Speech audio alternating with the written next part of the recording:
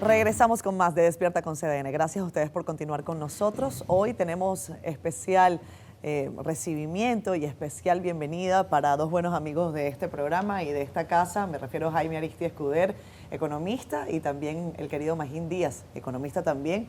Bienvenidos, hay muchos temas de los que hablar y es un honor tenerlos en este espacio y por supuesto más adelante en el periódico El Caribe también en versión impresa y digital. Gracias por estar aquí. Honor y placer estar aquí con ustedes. Tremendo equipo nos asignaron. Bueno, muchas gracias. Una primera pregunta para los dos, pero rápidamente. Parece que la economía dominicana y el país en sentido general está bien y mejorando. Vi un análisis del Banco Central el fin de semana que habla de la fortaleza, la resiliencia del sistema financiero. Dice que la tasa de interés de las bancas está bajando, que aumentan los activos netos. Hasta Abinader está celebrando que la prima en 60 bajó a 59. Parece que estamos bien. Bueno, hay que definir qué significa bien. Yo creo que no hay una crisis macroeconómica. Esa es la punta de lanza de nuestra economía. El año pasado un buen crecimiento, inflación controlada, digamos, dentro de la meta. Ahora los últimos meses han sido difíciles. La economía los últimos meses está creciendo 1,5% a febrero. La construcción tiene varios meses creciendo negativa, o sea, hay una desaceleración importante de la economía. Obviamente dentro del contexto mundial, bueno, digamos que hay una estabilidad relativa, o sea, no hay un riesgo de una crisis cambiaria. El tipo de cambio se depreció, ahora se ha apreciado,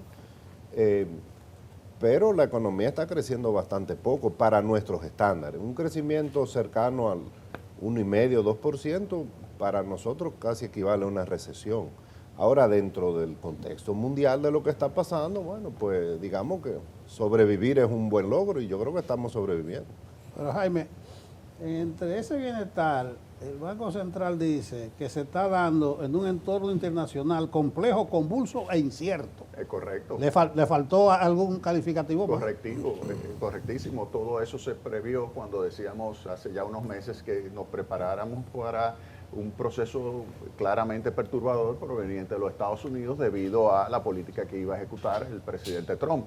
Una política que ya hemos visto las consecuencias que ha tenido. Por un lado, esa política de aranceles recíprocos, solamente anuncios, porque no lo está explicando, lo ha dejado 90 días, ha generado una situación de turbulencia en los mercados de capitales, ha destruido trillones de dólares, lo que significa una caída también del nivel de actividad económica en los Estados Unidos. Recuerden que por cada punto que crece los Estados Unidos, República Dominicana crece 2 puntos. Eso significa que esa desaceleración que está señalando Magín está también vinculada con lo que ha estado sucediendo en los Estados Unidos y se va a acentuar todavía más en los próximos meses. Entonces, eso es un punto que hay que tomarlo muy en cuenta, que el entorno internacional es complicado. Y hay que señalar que dentro de ese entorno, específicamente la política monetaria, es una política monetaria que está en territorio restrictivo.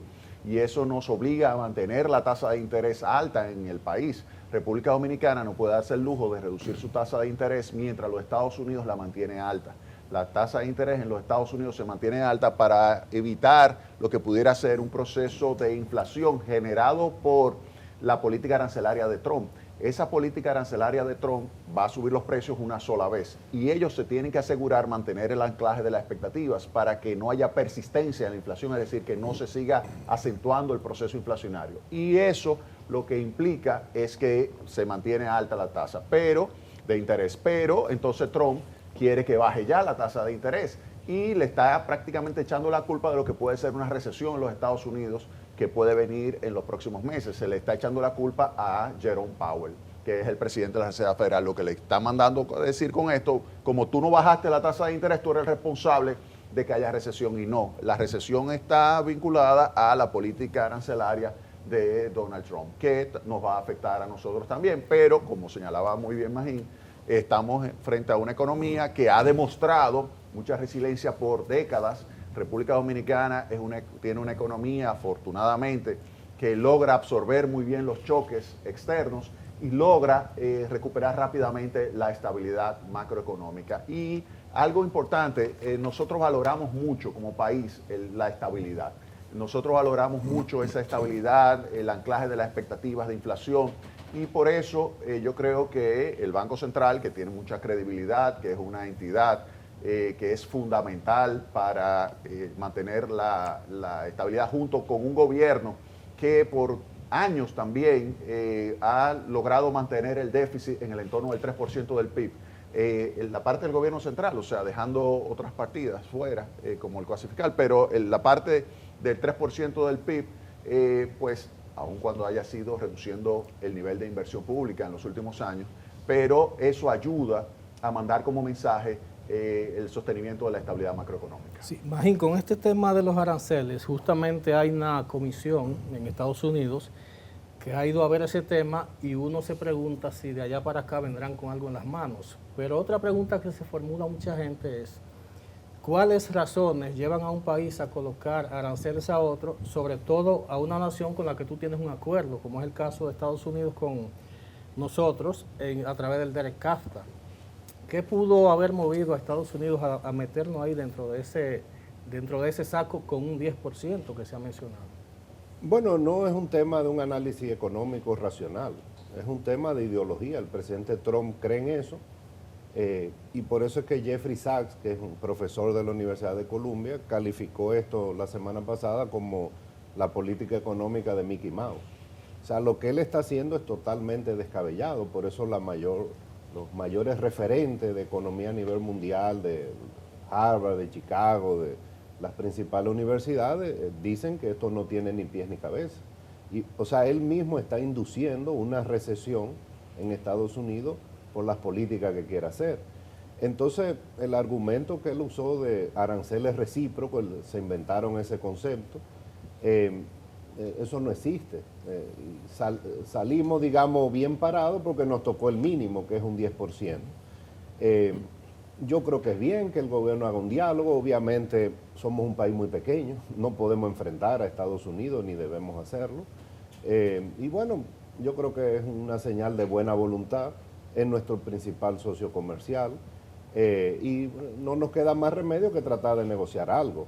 Ahora, lo que está haciendo Trump es cambiar todo el orden económico mundial.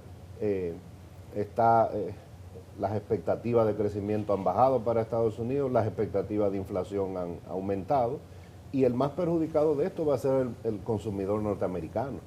Por eso es que nadie le ve lógica a lo que está pasando. Ahora, dentro de todo lo malo, bueno, pues el 10% digamos que es salvable. El informe del Departamento del Comercio menciona 2 o 3 puntos de algunas restricciones al comercio o distorsiones que Estados Unidos considera que tenemos. Yo me imagino que la delegación va a hablar de eso y ver cómo se pueden levantar esas restricciones para que nos quiten ese arancel.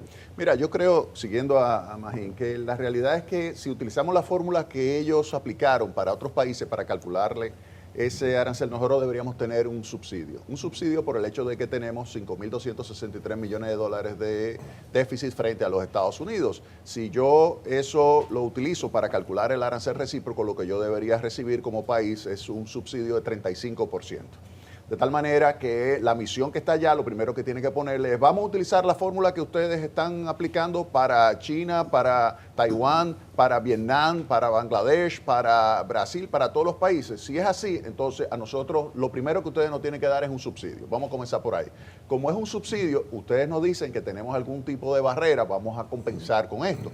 Porque nosotros le dimos muchísimos elementos a ellos, a los Estados Unidos, cuando se negoció el Acuerdo de Libre Comercio, donde teníamos arancel cero a ambas partes.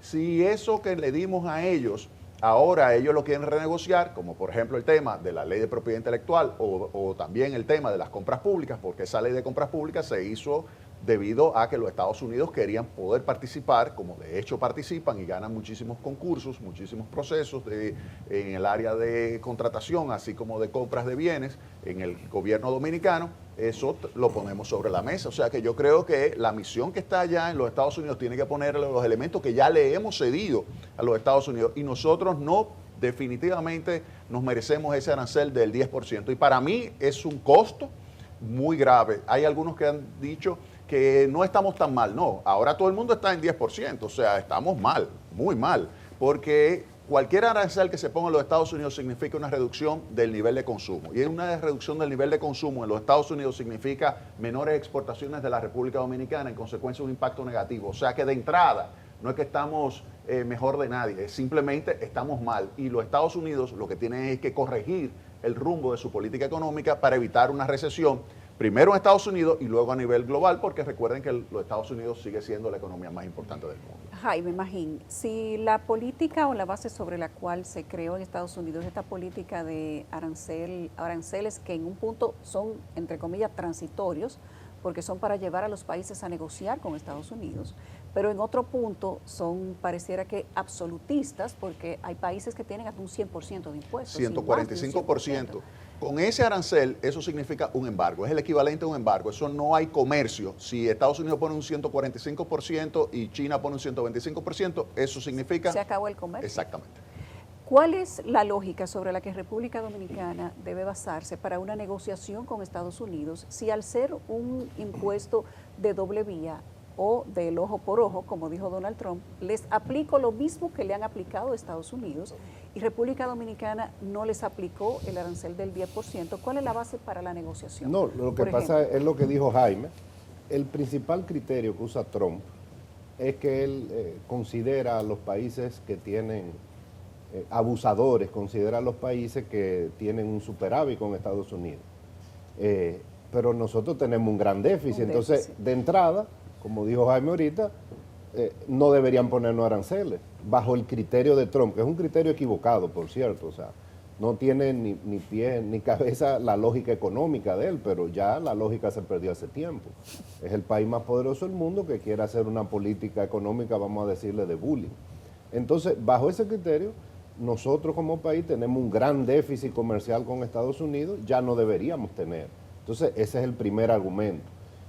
Lo otro son 2 o 3 distorsiones que menciona el Departamento del Comercio, pero son menores comparadas con el gran déficit que tenemos, que es, digamos, el gran argumento que usa Trump para imponer sus aranceles. Como no tenemos ese déficit, lo que hizo esa fórmula mostrenca de aranceles recíprocos es, el que no apliques le ponemos un 10% mínimo.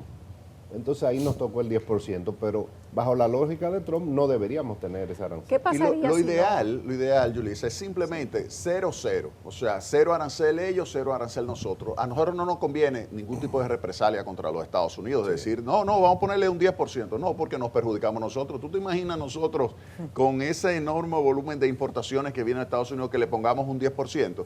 Eso implicaría un aumento de precio. Entonces, en vez de eso, aquí lo que hay que sentarse con los Estados Unidos y decirle, vamos a ponerla, ustedes lo que quieren es que no haya arancel, vamos a tener un arancel cero, como dice el Acuerdo de Libre Comercio que nosotros firmamos y que pusimos en marcha a partir del año 2005, 0% para ustedes, 0% para nosotros. Ahí lo que va a quedar, como señalaba Magín, es, por ejemplo, el tema del arroz, que ese es un tema que hay que ponerlo sobre la mesa, que así como ellos van a proteger siempre algunas industrias, algunos bienes, como es el caso de alimentos, como es el caso de los chips, entonces nosotros también debemos ser capaces en un proceso de negociación de que ellos nos reconozcan la prioridad, la importancia, la significación que tiene el arroz para el pueblo dominicano. Sobre la base de que no hay un argumento de impuestos para justificar el 10%, ¿qué pasaría si esa negociación fuera infructuosa?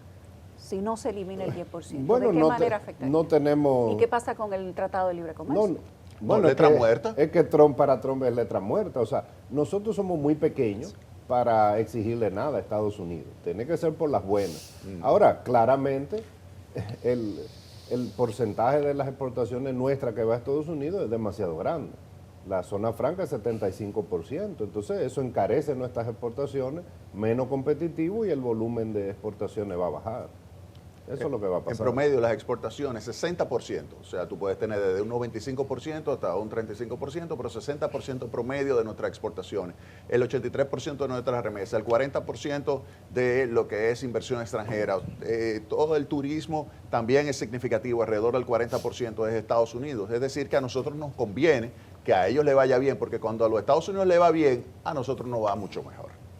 Tenemos una comisión de ministros en Washington, como acabamos de señalar, que no será la primera de digamos, de la pasarela de países que irá a Washington a negociar. Pero sobre esas discusiones bilaterales hay un gran desafío geoestratégico entre Estados Unidos y China que lo condiciona todo. En el día de ayer, Beijing señalaba que tomaría represalias contra los países que negociaran acuerdos particulares con Estados Unidos que supusieran un detrimento para ellos.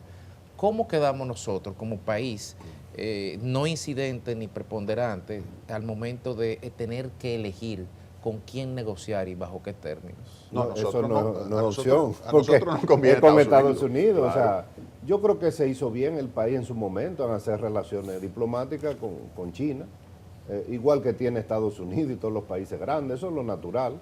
Pero nuestro socio es Estados Unidos, por el monto del comercio, por la cercanía geográfica, por la cantidad de dominicanos que viven allá, o sea, por muchísimos factores. O sea, nosotros no nos queda más opción que alinearnos con Estados Unidos, bueno, tratando de tener una relación cordial con China, pero eso no es opción para el país, alinearse con 5 países de América Latina para negociar en grupo. No, yo creo que el gobierno ahí está haciendo lo correcto. Vamos, una comisión, y bueno, vamos a ver qué se logra, sabiendo que es una contraparte, vamos a decirle, aleatoria, muy complejo. No sabemos nada de qué es lo que está en la cabeza de ellos, cambian de un día para otro. O sea, lo que está pasando en términos de política económica, esto es algo sin precedentes. Ahora, uno cree que es tan descabellado que no lo va a poder implementar, porque el más perjudicado es el propio Estados Unidos. Entonces, en algún momento el votante le va a pasar factura si esto se lleva a cabo, porque va probablemente a aumentar la inflación, las tasas de interés se van a mantener altas más tiempo, probablemente va a ocurrir una recesión. La probabilidad de una recesión en Estados Unidos a principio de año era 5%, ahora es 50%. 65 ya subió. Exacto, entonces esto ya, él está creando una crisis, él solito le está diciendo al Banco Central que hay que quitar al presidente del Banco Central. Y la última vez que un presidente americano se metió con el Banco Central fue Nixon, y la experiencia fue horrible. Por eso es que los economistas están bastante de acuerdo en que los bancos centrales deben ser independientes. Entonces, tal vez tan descabellado que él va a tener que cambiar completamente, pero a nosotros no nos queda más remedio que alinearnos con ellos y tratar de lograrlo lo más que se pueda. Ya que él mencionó a Nixon, Nixon también en 1971 vino con una política arancelaria para obligarlo a negociar a Alemania y Japón en ese momento, y efectivamente negoció en 1971 hacia finales una modificación de su política cambiaria con relación a los Estados Unidos. Pero en ese momento se generó mucha turbulencia con el tema de lo que era la política comercial, y se generó un índice, por ejemplo, de 90.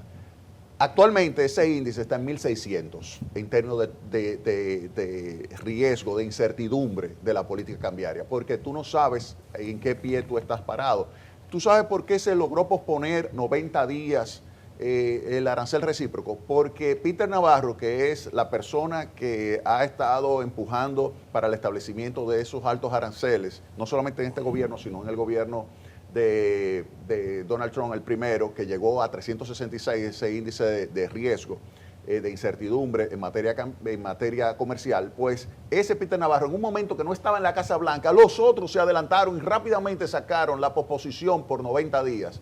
Y tú no puedes manejar un país así, un país tan poderoso, acechando que salga, que no esté en la órbita ahí del presidente Peter Navarro, para que entonces el secretario del Tesoro y el secretario del Comercio empujasen una posposición por 90 días de esto. Así no se puede manejar el país más poderoso de la tierra. Jaime, vamos a hacer una pausa comercial, porque sabemos que sus respuestas toman tiempo y no queremos interrumpirlos en la parte en la que estamos. Vamos a irnos a breve pausa, regresamos enseguida con Magín Díaz y Jaime Ariztía Escudero.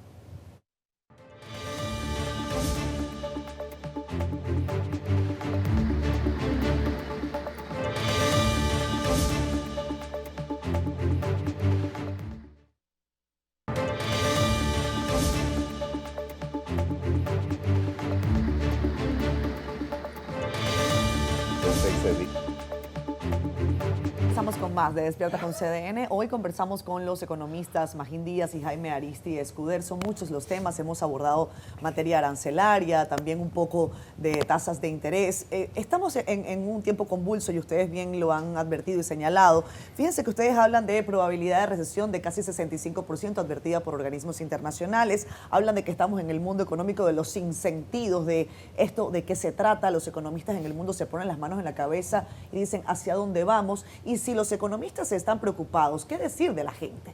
¿Qué puede pensar la persona que tiene que ahorrar para tratar de tener un espacio un poco mejor para la universidad de sus hijos? Estamos hablando de que la onza de oro se ha cotizado en las últimas horas en $3.500, rompiendo récords históricos. ¿Cómo se invierte, cómo se guarda el dinero para un futuro en un momento de tanta volatilidad? ¿Cuál es la recomendación que le podemos dar a las personas en un momento tan difícil? Fíjate una cosa, ahora mismo la expectativa de inflación medida por lo que sería la encuesta, por ejemplo, la que lleva a cabo la Universidad de Michigan, es muchísimo mayor que la inflación actual. La inflación actual tú tienes 2.5%. La meta es 2%. Tú pudieras decir, está cerca, pero no han podido llegar al 2% con su política monetaria. Y ahora con esta política, ¿hacia dónde van los precios? Ya la Reserva Federal dice, mira, va a subir cerca del 3%, 3.1%, pero la población lo que percibe, que es tu pregunta, la población lo que percibe es que estaría por encima del 5% la tasa de inflación. Y eso es algo grave. Al mismo tiempo percibe que lo que viene es una recesión. Entonces, ¿cómo la gente se prepara? Deterioro de las condiciones de vida. Recesión significa desempleo, significa empeoramiento de la calidad de vida. Y eso le molesta. Por eso, si tú ves el índice de lo que es la preferencia del electorado ahora mismo por Trump, se ha ido al traste. Magín, ¿cuál es la recomendación para la gente? Mira, lo que pasa es que en este caso es difícil prepararse cuando es el mismo gobierno norteamericano que está creando el problema con su política. Esto es lo descabellado. O sea, como dijo Jaime, esto va a significar más desempleo. Ahora, ¿qué impacto directo tiene esto? Las empresas posponen sus inversiones y eso agrava la posible recesión que va a haber. Entonces, es una época de incertidumbre completa. En el caso nuestro, tenemos la base bien, digamos, o sea, estabilidad en el sistema financiero, o sea, tenemos buenas reservas internacionales, o sea, el riesgo de una crisis macroeconómica todavía es bajo en nuestro país. Pese a esta tormenta. Sí, obviamente. Ahora, si Estados Unidos entra en recesión, aquí la economía, que ya se está desacelerando, probablemente entre en recesión también. Probablemente suban los precios, que es una combinación terrible.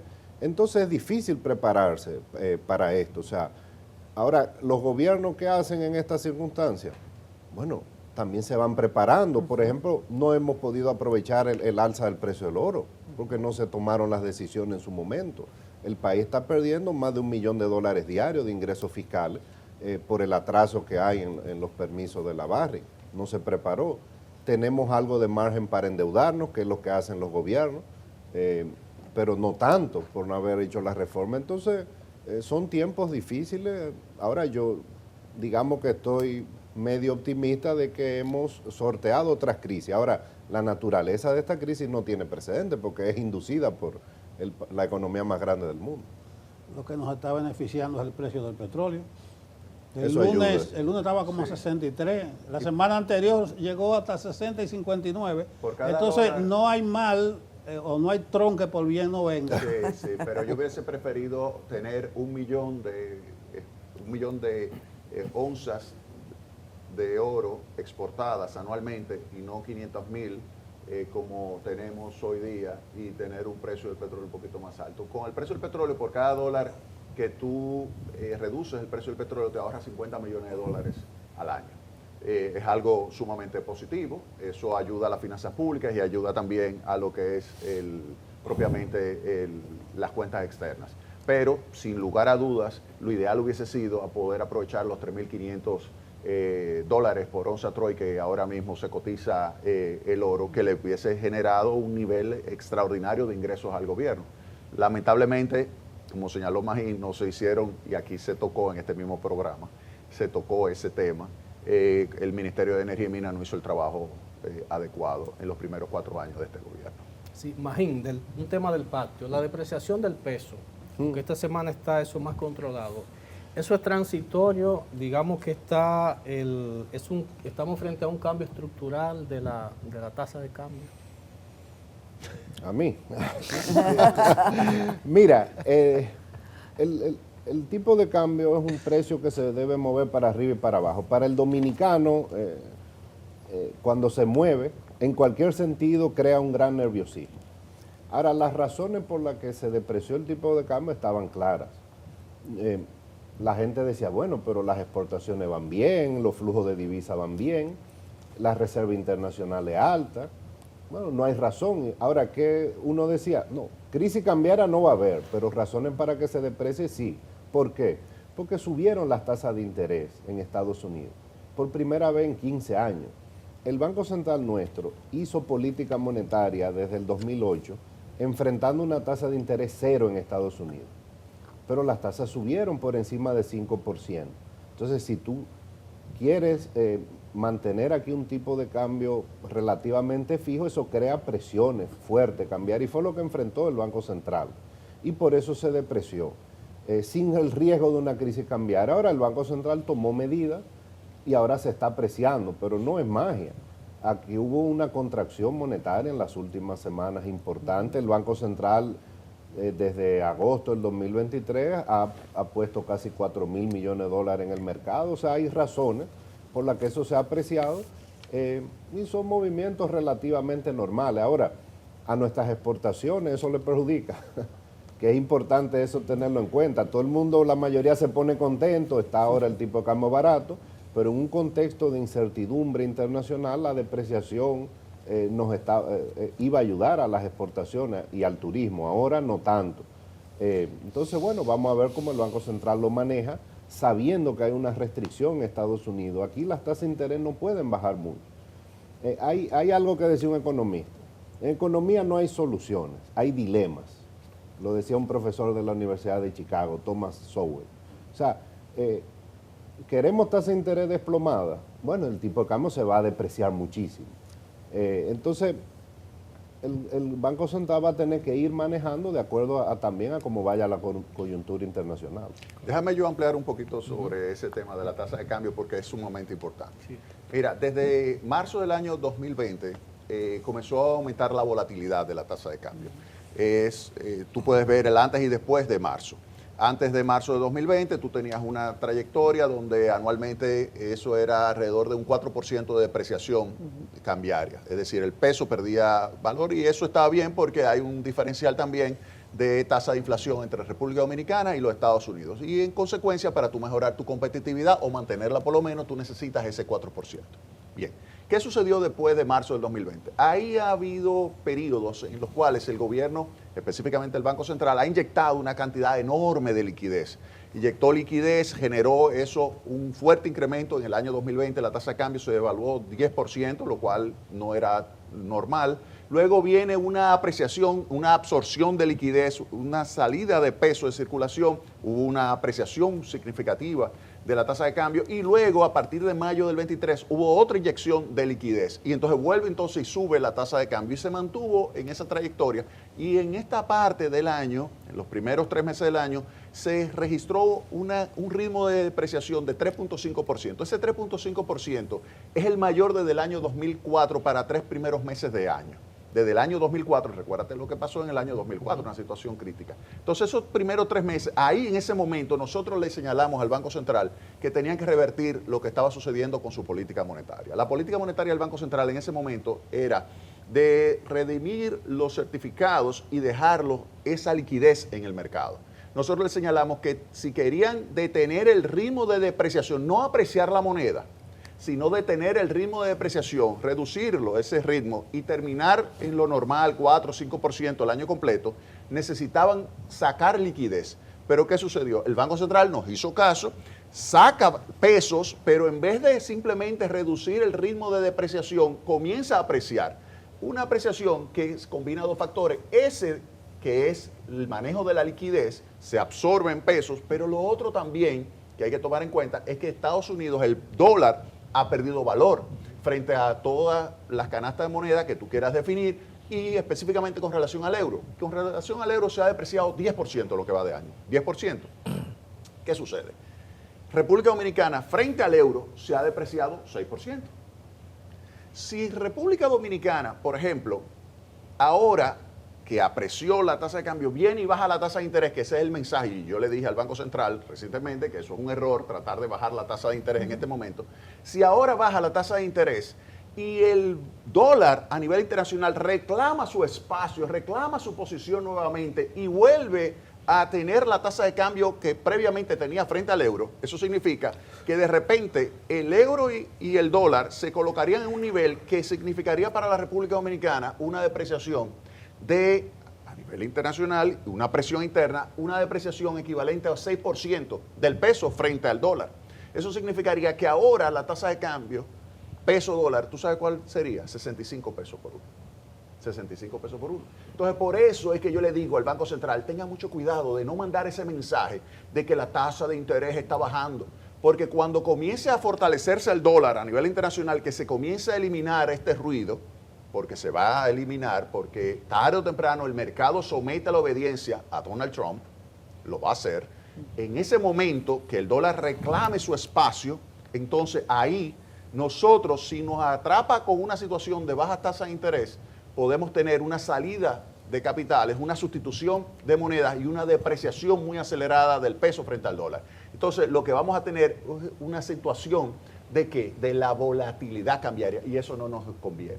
Por eso, lo que nosotros quisiéramos es que el Banco Central retome lo que es su política tradicional antes de marzo del 20, que era una política donde se veía claramente una trayectoria muy suave de la tasa de cambio, donde tú podías pronosticar que cada mes lo que se depreciaba el peso frente al dólar era en 10 centavos. Eso es lo que debe tratar de lograr el Banco Central en materia cambiaria. Jaime Magín, considerando todas las variables que ustedes han expuesto, tanto de Estados Unidos como de la región, que competen a República Dominicana, y el tema del deslizamiento del dólar, el congelamiento del precio del dólar, como una manera de decirlo, viendo cuál es el costo de esto y sabiendo que estamos casi, digamos que entrando en la última fase del primer semestre del 2025, ¿cuáles serían los retos que tendría la economía dominicana para cerrar el primer semestre y digamos que entrar en un segundo semestre del año, considerando que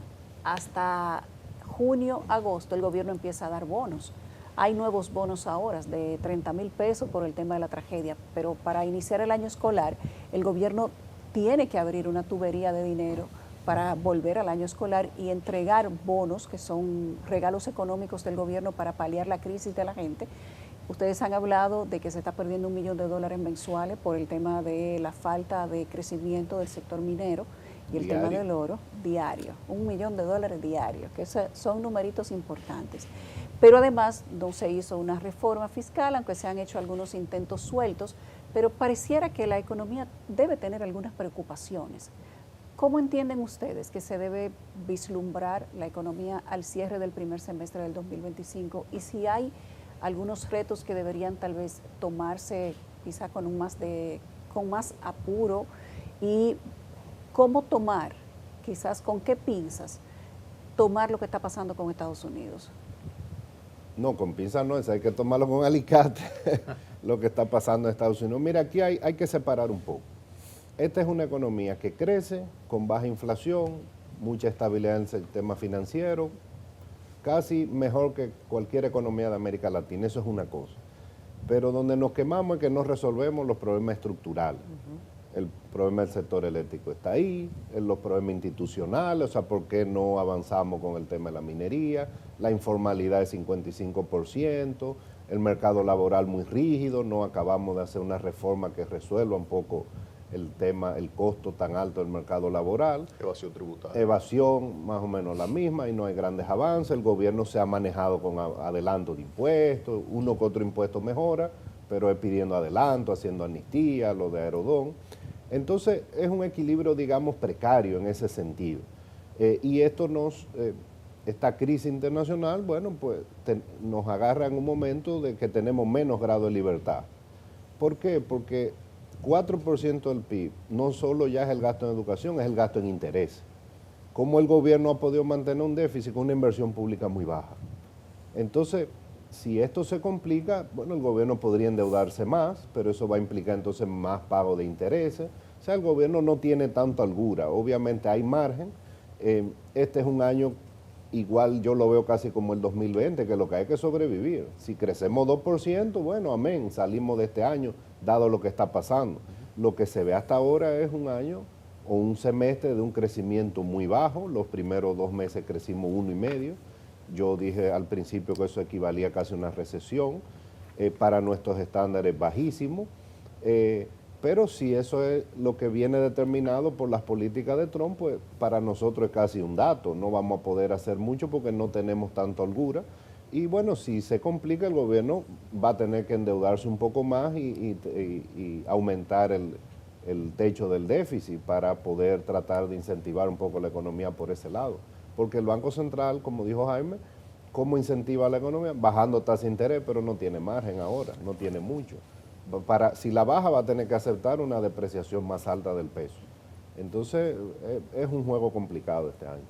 Sí, y fíjate una cosa, cuando tú lo comparas con la crisis del 2008, en el 2008 una crisis bancaria importante generó un choque significativo, pero ahí se colocaron recursos por parte del gobierno de los Estados Unidos y por parte de la Reserva Federal que permitió que se reanimara rápidamente, bajando la tasa de interés prácticamente a cero. Eso nos ayudó, teníamos un acuerdo con el Fondo Monetario Internacional, se inyectaron liquidez, se inyectaron recursos y eso permitió que República Dominicana se recuperara también rápidamente frente a ese choque. Esta es muy complicada, porque tenemos un Estados Unidos con un déficit de más del 6% del Producto Interno Bruto, un déficit fiscal que le impide tener cualquier tipo de política que vaya a tratar de recuperar la recesión. Tienes una Reserva Federal con una política monetaria restrictiva y tienes entonces una política arancelaria que lo que está generando un rompimiento de lo que son los flujos comerciales. Es como si fuera otra vez tener el COVID-19, pero en vez de tú tener un gobierno que está dispuesto a gastar para ponerle dinero a las personas en los bolsillos para que pueda salir a consumir, o tener un banco central, la Reserva Federal, inyectando liquidez y bajando las tasas de interés para que pueda haber una reanimación de la economía, tienes un gobierno que no tiene capacidad de gastar en los Estados Unidos y tienes un banco central que va a mantener la tasa de interés por lo menos hasta mayo del año 2026, que es cuando se mantiene Powell en la presidencia de la Reserva Federal. Ya veremos después. ¿Sí? A menos que lo saquen, hay temores de que no lo puede sacar. No lo puede sacar. Sí, porque es que vuelvo y te digo, el mercado es lo va a poner en obediencia. Me gustó esa frase, la anoté por acá. El mercado someterá a la obediencia a Donald Trump. Así es. Con eso cierro, porque tenemos que irnos a pausa. Lo puedes poner así. Eso me gusta para titular, eso, sugerencia muy humilde. Vámonos a la pausa comercial. Gracias, Magín, gracias, Jaime, por habernos acompañado en esta mañana. De cualquier manera, seguimos conversando y lo verán en el periódico El Caribe en su versión impresa y también digital y en cdn.com.be.